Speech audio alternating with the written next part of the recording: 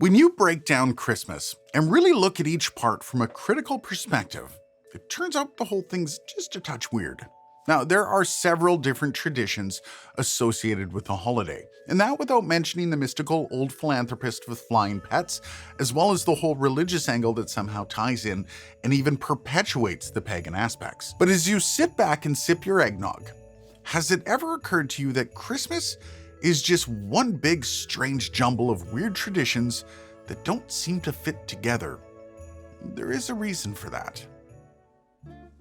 Now, for the sake of this video, we're going to leave the religion out of it. It's not meant as an affront to Christian beliefs, but we're more interested in the traditions of celebrations that surround Christmas, and not so much the origin story of one of the world's deities. Christmas is well cemented into society and is celebrated around the world in varying displays. While it is sold off as a holiday of excess by retailers, it is embraced by family and friends as a time of closeness and love. But where did these formal agreements of celebration come from? There are so many questions, so let's start with the first. Where did the obese man with a penchant for velvet come from? And let's really break this guy down.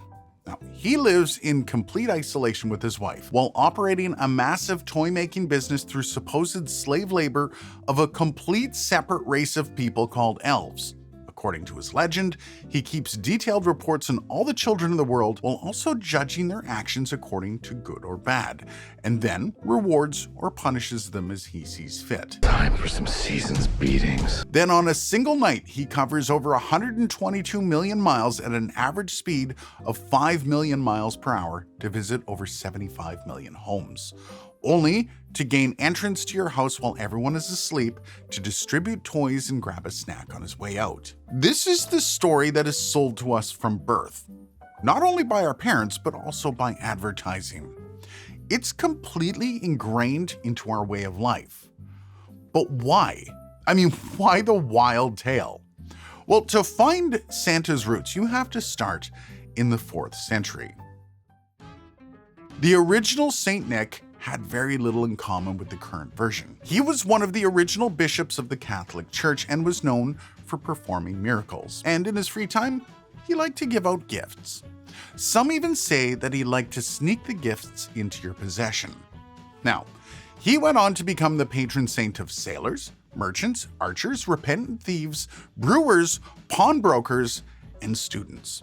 He also became known as a patron of children and a magical gift bringer due to the few stories from his life. The most notable story has him saving 3 young women from a life of prostitution by secretly delivering 3 bags of gold to the father, which allowed him to create proper dowries. In the second story, and lesser known by the way, good old Saint Nick went into an inn where the keeper had murdered, dismembered, and pickled 3 young boys in some barrels in the basement. Saint Nick was able to sense the crime and resurrect the children. Cheerful stuff. As the 12th and 13th century came about, he was celebrated as the unchallenged bringer of gifts, and on his feast day, it was celebrated with just that. Now, his story expanded in those years to include random things like the ability to fly, also the fact that he ensured that small children stayed in line by saying their prayers and being good. Very cool, somewhat creepy stories indeed, and while it does have some interesting similarities, it's not really the Santa Claus that we all know and love. So then, we now move to Father Christmas. But in order to do that, there's a bit of backstory here as well. We have to pin down the date. Now, December 25th was not the birth of Christ. I know it's hotly debated, and there's no way I really want to get into that. But there were celebrations on and around the 25th of December, namely Saturnalia, which comes into play later. The Catholic Church was known at this time for blanketing older religions with their own, and they were quick to do just that. Also though, around the same time, it was also the celebration of that St. Nicholas, and that's on December 6th. Now, eventually, the 2 days would be blended into one big debaucherous month-long celebration that led through to the new year. In the 1500s, there was a time after harvest when most people just had way too much time on their hands as well as full stocks of booze.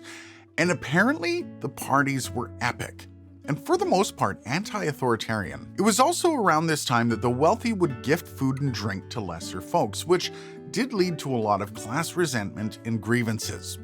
By the early days of the 17th century, it was getting so out of hand as the old social order was transforming.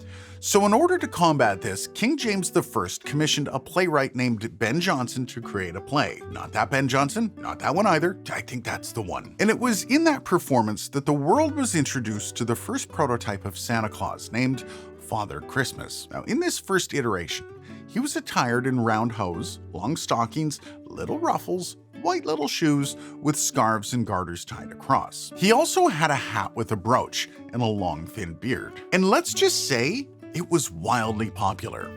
But it didn't have the intended effect. The parties continued as Christmas celebrations became bigger and badder than before. So much so that at one point Christmas actually got outlawed in 1647. In fact, it was 17 full years until King Charles II came to the throne that the anti-Christmas laws were struck down.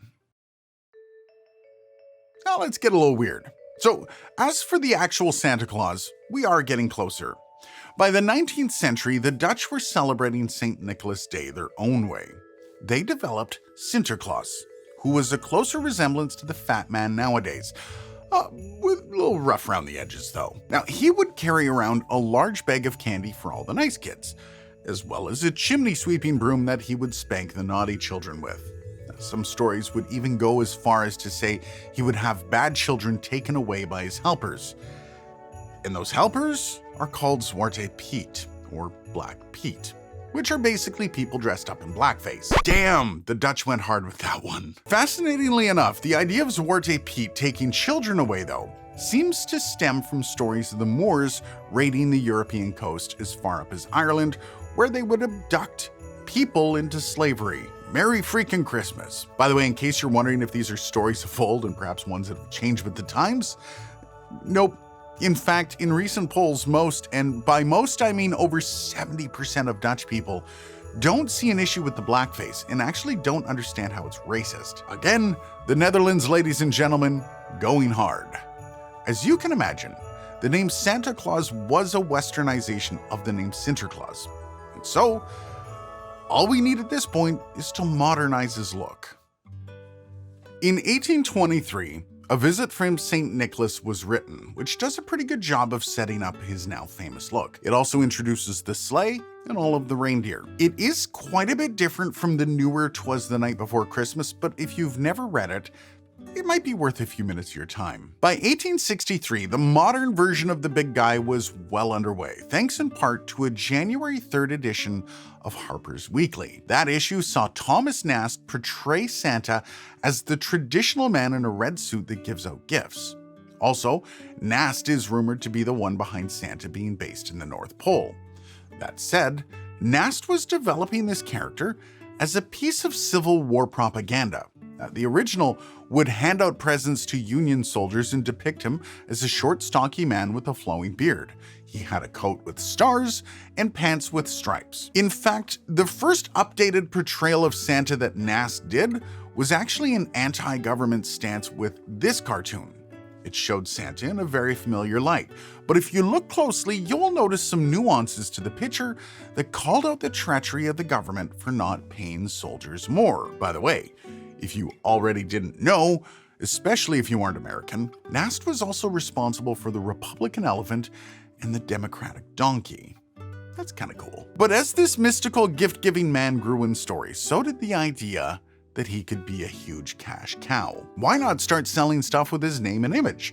And I'm sure you know his current form was made popular by a certain pop company, but it wasn't the one you're thinking of. Now, it's true. Coca-Cola did use Santa in a bunch of advertisements in the 30s, but they were actually rather late to the game. White Rock Beverages had already used the red-suited Santa Claus in around 1915 to sell water, and in 1923 to sell ginger ale. Funny enough though, these advertisements aimed at whiskey drinkers. I mean, if you're gonna mix your whiskey, you might as well drink like Santa Claus, right? The commercialization of Christmas was well underway before Coke got their hands on him. And it wasn't long before his tales expanded to having a slew of elves helping him make toys to be delivered all around the world.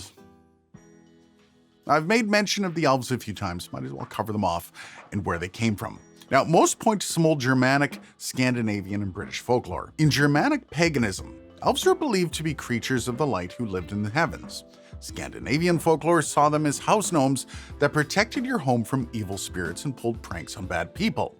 Now, apparently placing a bowl of porridge in your front door at night would save you from those pranks. By the mid-1800s, several Scandinavian writers were finishing off the picture of today's elves, even favoring that name over gnomes. And in 1873, the image was completed when pointed-eared elves adorned the cover of Godey's Lady Book for the Christmas issue. And in case you think it's just a bunch of little dudes running around the Arctic, well, there are 6 officially named elves. You have Alabaster Snowball, helping with the list of kids, creepy stuff. Bushy Evergreen, who created the toy-making machine. Peppermint Sticks, who guards the location of Santa's workshop. Shinny Up a Tree, Santa's oldest friends and co-founder of the cult, workshop. Sugar Plum Mary, the head of Sweet Treats and the assistant to Mrs. Claus herself. And Woonorse Open Sleigh, the engineering elf that created Santa's sleigh. I think I'm done talking about this weird world. Well, what about the nationality of the current Santa Claus? Well, it was in 2008 that Canada took it upon themselves to proclaim Santa as a Canadian and extended him all the rights and privileges of being so. They even designated a postal code for him, HOH-OHO. Now that claim is mildly disputed in the states, who have also given him a zip code of 99705. And so on, this story changes depending on where you are in the world. Well, what about the stockings? Where do those come from? Well, remember that original St. Nicholas dude, the 4th century guy? Those 3 girls he saved by providing their dowry to Mary? Well, according to the legend, he snuck the gold in through the chimney by tossing it down and having it land in their stockings. Okay then, what about the anti-Santa Krampus? Where does he fit into all this? Actually, he doesn't. Now, the original concept of Krampus actually predates Christianity and Alpine traditions. Originally, he was just some goat-like dude that went around and scared the bejesus out of bad children, which by the way is horrendous. The past was evil. This turned into a weird pre-St. Nicholas Day celebration where on the 5th of December, you would be visited by either St. Nicholas or Krampus. St. Nicholas would bring gifts of oranges, dried fruit, walnuts, and chocolate, and Krampus would punish with the birch rod. Yes, my friends, this was an attempt at covering up bad parenting with scare tactics. On a weirder note though, even Krampus was co-opted by the Catholic Church, using most of his defining characteristics in the final portrayal of the devil. Something that's continued on to this day. Okay then, what about some of the other small traditions? Caroling? That was a bit darker back in the day. Before Father Christmas, when all the blue-collar folk were out partying, they would go house to house while drinking, making noise and playing instruments. Some of them would dress up as animals, then have sex on people's lawns in a weird ploy to be fed more booze and possibly some food. The best way to get rid of them would be to offer them gifts. Generally, alcohol was a good bet. It was some horrific kind of trick-or-treating that ended in violence more often than not. Generally, because some family ran out of alcohol. Mistletoe is also a bit of a strange story, perhaps not as dark though. The Celts and the Norse people considered it to have magical properties, mainly because it was an evergreen and never wilted in winter. So the story is that the Norse goddess Frigga, who was distraught over the death of her son, cried pure white tears that formed the berries of the mistletoe. When she saw this, it made her so happy that she blessed the plant and promised to kiss to anyone that walked under it. But in a bit of a cruel twist, the plant turned out to actually be a parasite, and it kills trees by hoarding all the water and the minerals. So again, Christmas is dark, man. Well, what about the actual songs that people sing at Christmas? Those are harmless, no? Actually not. A researcher recently found that Jingle Bells was actually born out of a blackface tradition, originally appearing in a play called One Horse Open Sleigh. That's awkward. Another one that isn't what it seems. Good King Wenceslas is about a king seeing a beggar out in the snow, so the king invites him into the warm castle to warm up. The real story is a little weirder though. In reality, the king was the son of the Duke of Bohemia in the 10th century, and became king when his father died suddenly. Since Wenceslas was so young, his mother, named Drahomira, took over as regent, but ended up wanting the throne for herself. Now, the grandmother objected, so Drahomira had her killed, which led to the public pushing for Wenceslaus to be king, since the whole grandmother strangulation thing wasn't an accepted practice. Wenceslaus assumed control, and a few years later was invited out to a dinner at his brother's castle, where he was repeatedly stabbed and finally killed when he was run through with a lance by his brother Boleslav. Kind of a Christmassy red wedding kind of deal, you know? And finally, we have Rudolph. Yes, we're talking about the mutant reindeer that was brutally mocked and had his self-esteem issues. And well, he was just a product of consumerism. Back in 1939, Montgomery Ward was going under. And back then, they used to give away children's books during the winter months. But since they were losing money hand over fist, they decided to make their own cheap book. Robert L. May was tasked with the impossible. Come up with a great Christmas story that the world will love. May decided to write a story about his own experiences as a child. Now, he had been a frail child that was constantly bullied and who grew up to an adult that was unfulfilled and depressed. To add to his writing mood, his wife also died around that time. But to everybody's surprise, everyone loved this story. It was a bestseller, 6 million copies printed, and everyone was clamoring for it. But in line with May's life, he made absolutely nothing off the story since he created it as part of his job. Now, May became more despondent due to being unable to pay his dead wife's bills. So, the CEO of Montgomery Ward signed the rights of Rudolph over to him, which at the time was part pity, but also the CEO thought the book was a one-off. He didn't see the story having any longevity. Oops. Thanks for joining me for this fun little video. Cheers and Merry Christmas.